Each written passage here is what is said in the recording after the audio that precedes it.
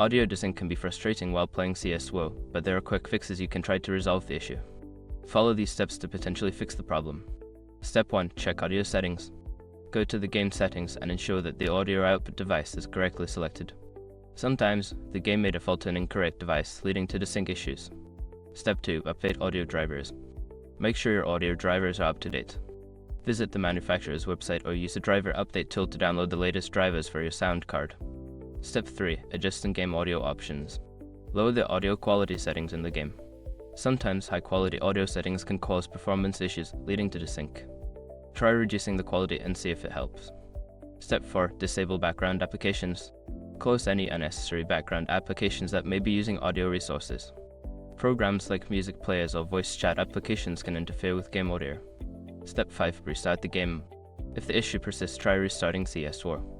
This can refresh the audio stream and resolve temporary glitches that may be causing the desync. By following these steps, you should be able to resolve audio desync issues in CS2. If the problem continues, consider checking online forums for additional solutions or updates from the game developers.